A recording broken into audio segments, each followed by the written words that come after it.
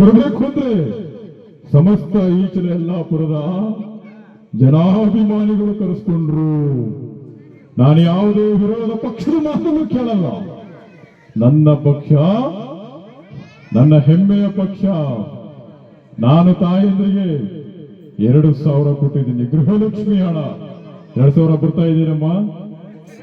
ಬರ್ತಾ ಇದೆ 2,000 ಬರ್ತಾ ಇಲ್ಲ ಅಲ್ಲ, ನನ್ನ ಹೆಂಡತಿಗೆ ಬರ್ತಾ ಇಲ್ಲ, ನಿಮ್ಗೇನು ಬರ್ತದೆ ಹೇಳಿ?